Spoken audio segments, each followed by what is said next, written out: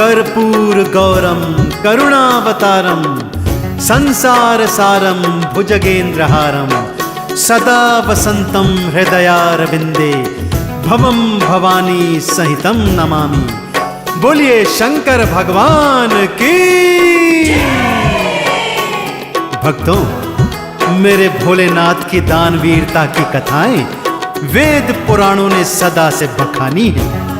चाहे भस्मासुर को वर देना हो, चाहे रावण को लंका, चाहे ब्रह्मा जी को वेदों का ज्ञान देना हो, और चाहे श्री हरि विष्णु को माता लक्ष्मी पत्नी के रूप में प्रदान करना हो, वेद पुराण ऋषि मुनि भोलेनाथ की दानवीरता की कथाएं करते थकते नहीं हैं। तो आइए आज इस भजन के माध्यम से मैं भी आपको भोलेनाथ की दानवीरता की कुछ कथाएं सुनाने जा रहा हूं, जिसको सुनने मात्र से हमारे जन्म जन्म के पापों का समूल नाश हो जाएगा।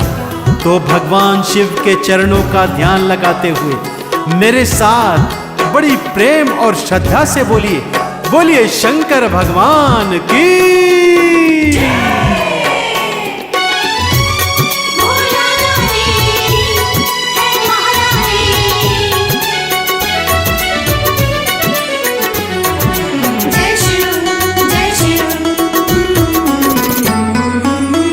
भोला दानी है वरदानी,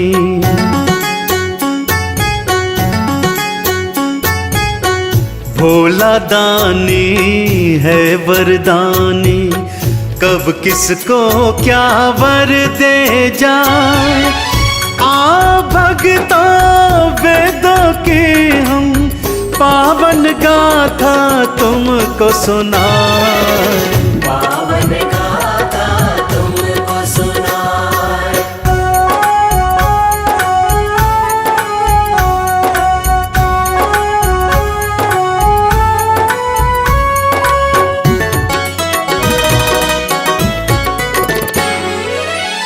कानन में बिच्छू के कुंडल, हाथन में डमरू और कमंडल। भक्तजनों, मेरे भोलेनाथ का पावन स्वरूप है ही ऐसा। केशों से गंगा धार बह रही है, माथे पर चंद्रमा सुशोभित है, गले में काले नाग फुफकार रहे हैं, कानों में बिच्छू के कुंडल हैं, तन पे शमशान की भस्मीभूत रमाई हुई है, और ओढ़ी है तो मृगछाला। खाने में खाते हैं भांग धतूरा, और हाथों में धारण करते हैं डमरू और कमंडल। स्वयं फकीरी हाल रहते हैं और दर पे आने वालों को माला माल कर देते हैं। भक्तों, मेरे भोले भंडारी इतने भोले हैं कि एक लोटा गंगा जल, कुछ बेल पत्री और चंदन के तिलक से इतने प्रसन्न हो जाते हैं कि अपने भक्तजनों की भव सागर से नैया पार कर देते हैं। कानन में बिच्छू के कुंडल, हाथन में डमरू और कमंडल, केशों में गंगा की धारा, तन पे भस्मीभूत को धारा। औघड़ योगी ये महायोगी, इन चरणों में शीश नवाए।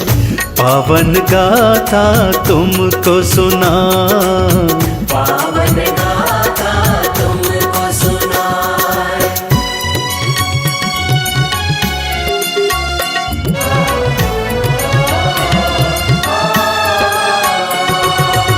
लो सुन लो भस्मासुर गाथा, वेदों की वाणी जो सुनाता।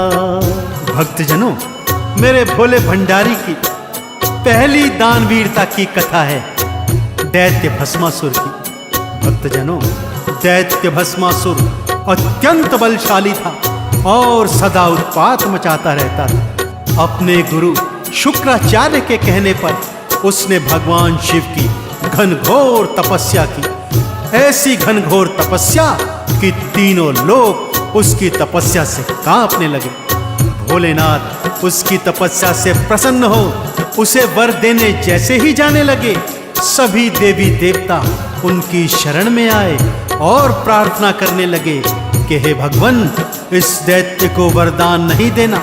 आपका वरदान पाते ही यह और बलशाली हो जाएगा और तीनों लोकों में भारी उत्पात मचाएगा। और इधर देवराज इंद्र, उसे तो भय था कहीं वरदान प्राप्त करने के बाद वो स्वर्गाधिपति तो नहीं हो जाएगा। ये सोचकर बार बार शिव से प्रार्थना करते। लो सुन लो भस्मासुर गाथा, वेदों की वाणी जो सुनाता, देख तपस्या उसकी भारी, वर देने को चले त्रिपुरारी।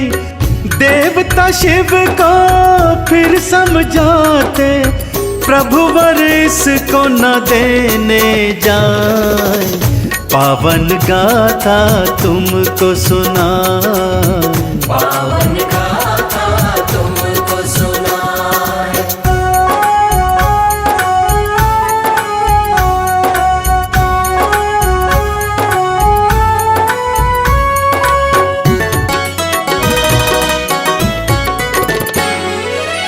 शिव शंकर बिल्कुल ना माने, वर देने की असुर को ठाने।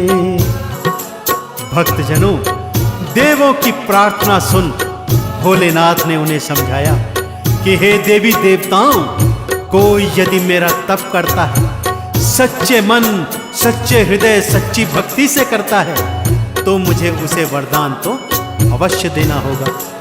देखो, इस दैत्य ने कितनी घनघोर तपस्या की है। खाना पीना छोड़ योग मुद्रा में कितने ही हजार वर्षों से ये मेरा तप कर रहा है और मैं इसके तप से अति प्रसन्न भी हूँ। अतः मुझे इसे वर देने जाना ही होगा। यह कहकर भोलेनाथ असुर के सन्मुख पहुंचे, उससे वर मांगने को कहा। तो वो वर में मांगता है कि प्रभु, यदि आप प्रसन्न हैं तो मुझे अजर अमर होने का वरदान दीजिए।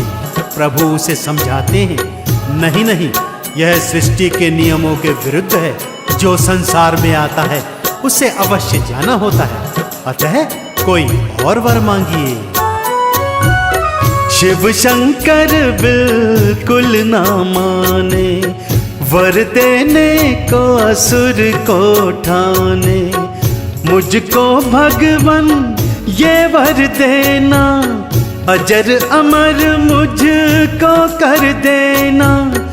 ये सृष्टि के नियम उलट है, शिव शंकर थे ये समझाए। पावन गाथा तुमको सुनाए, पावन गाथा तुमको सुनाए।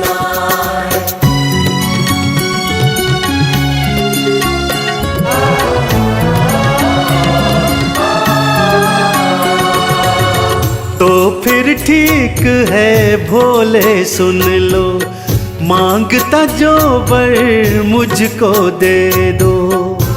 राक्षस ने कुछ देर मन में विचार किया और फिर भोलेनाथ से बोला, ठीक है भोलेनाथ, यदि आप मुझे अजर अमर होने का वरदान नहीं दे सकते, तो अब मैं जो वरदान मांग रहा हूँ वो तो आपको मुझे देना ही होगा। तो मुझे यह वर दीजिए प्रभु कि मैं जिस प्राणी के सिर पर अपना हाथ रख दूं वो तत्काल रूप से भस्म हो जाए, अर्थात जलकर राख हो जाए। मेरे भोलेनाथ तो भोले भंडारी हैं भक्तों, न सोचा न विचारा और उसकी भक्ति से इतने प्रसन्न हुए कि तत्काल प्रभाव से तथास्तु कहकर उसे यह वरदान दे दिया। अब राक्षस के मन में क्या क्या विचार आ रहे हैं, क्या कुटिलता आ रही है, आइए सुनते हैं। तो फिर ठीक है भोले सुन लो, मांगता जो वर मुझको दे दो। मैं जिसके सिर हाथ धराऊं, मैं तत्काल भस्म कर जाऊं। बोला तथास्तु शिव शंकर ने, राक्षस को वर ये दे आए। पावन गाथा तुमको सुनाए, पावन गाथा तुमको सुनाए।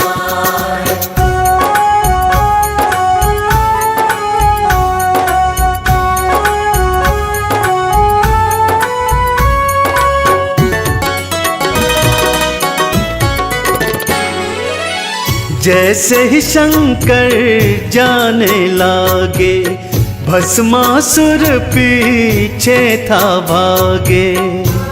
भक्तजनों, मेरे भोले भंडारी जैसे ही वरदान देकर अपने कैलाश को वापस आने लगे कि तभी राक्षस मुस्कुराता हुआ उनके मार्ग में आ गया। बोला, भगवन जाते कहाँ हैं?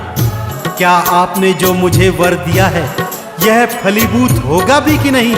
इसे आजमाने का अवसर तो दीजिए। शिव जी उसकी बात सुनकर हैरान हो गए। भक्तों आश्चर्यचकित होकर उसकी ओर देख रहे हैं और राक्षस कहता है, प्रभु अब मैं अपना हाथ आपके सिर पर रखने जा रहा हूं। यदि आपके वरदान में सच्चाई है तो आप तत्काल रूप से भस्म हो जाएंगे। जैसे ही राक्षस हाथ रखने चला कि भगवान आगे भाग लिए। जैसे ही शंकर जाने लागे, भस्मासुर पीछे था भागे।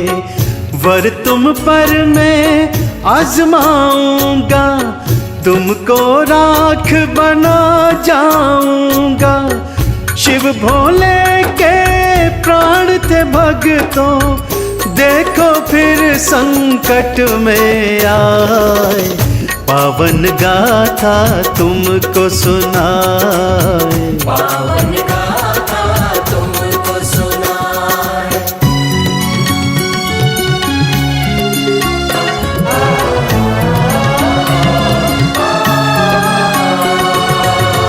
विष्णु जी के सन्मुख आए, उनको सारी बात बताए।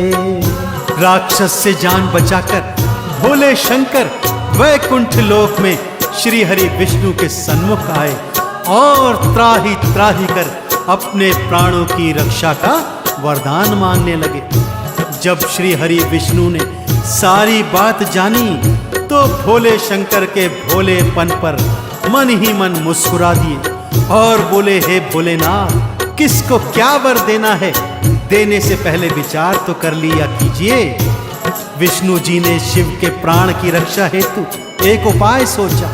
मोहिनी का रूप धरा, राक्षस के सन्मुख पहुंची, उसे रूप जाल में मोहित कर उसको अपनी ताल पर ताता थैया कर नचाने लग गईं।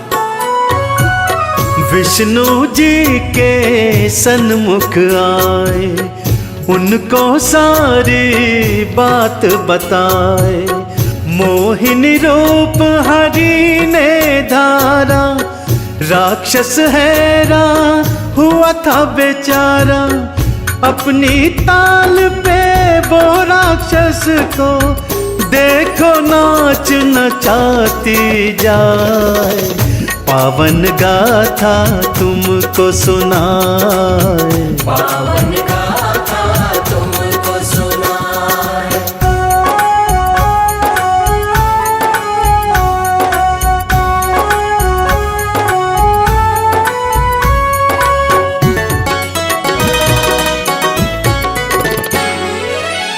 मोहिनी हाथ को सिर पर राखे, राक्षस भी ऐसा कर जाए।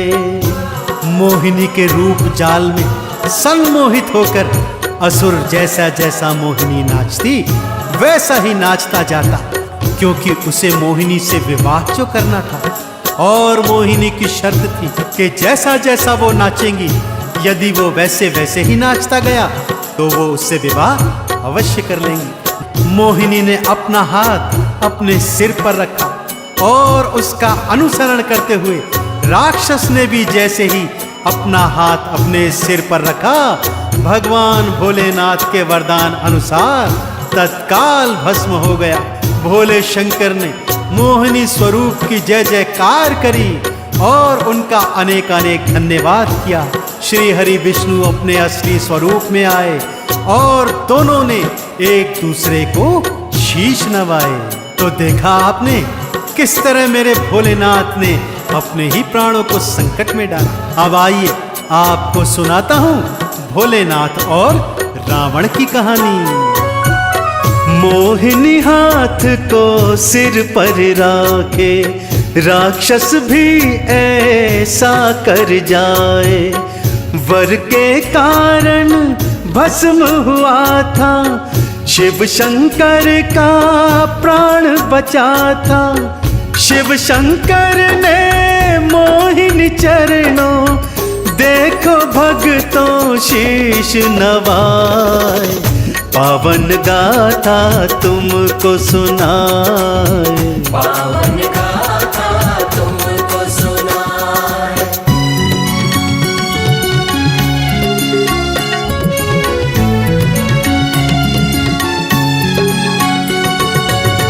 अब सुन लो रावण की कहानी, ऋषि मुनियों ने जो है बखानी।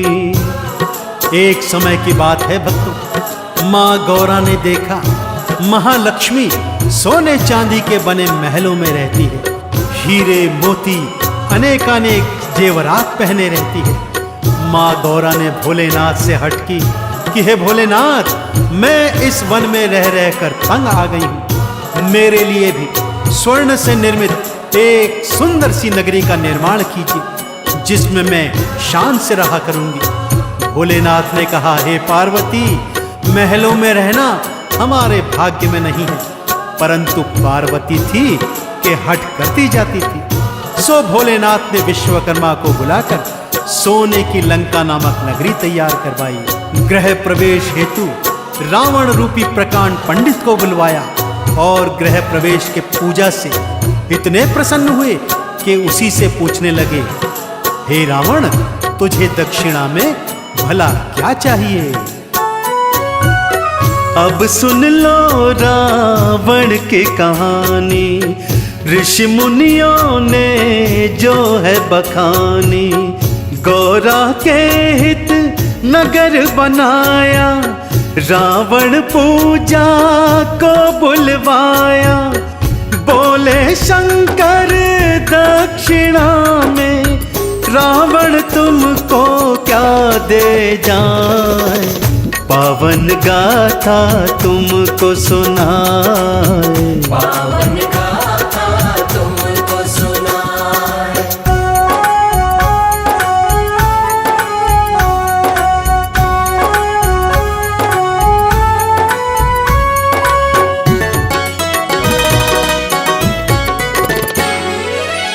आप यदि चाहते हैं देना, सोने की लंका मुझको देना। रावण ने भोलेनाथ के चरणों में शीश नवाया और आदर सहित बोला, हे भोलेनाथ, यदि आप मेरे द्वारा कराई गई पूजा से इतने प्रसन्न हैं तो कृपा कर मुझे दक्षिणा स्वरूप यही सोने की लंका दान में दे दीजिए। भोलेनाथ ने एक पल को भी सोचा न विचारा, तथास्तु कहकर माँ गौरा के लिए बनाई हुई सोने की लंका रावण को दान में दे दी। और इतना ही नहीं, उसे यह भी वरदान दे दिया कि वो जहां चाहे इस नगरी को ले जा सकता है।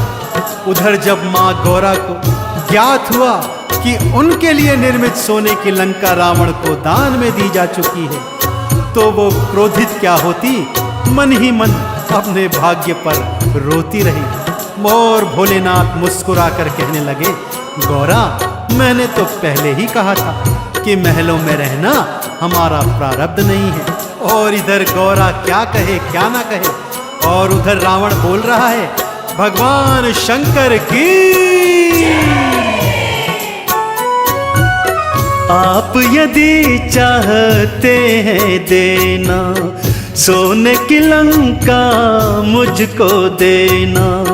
शिव तत्काल ही वर दे दीना, रावण ने लंका ले ली ना, जय शंकर की रावण बोला, शिव के मंत्र वो गाता जाए, पावन गाथा तुमको सुनाए। पावन गाथा तुमको सुनाए।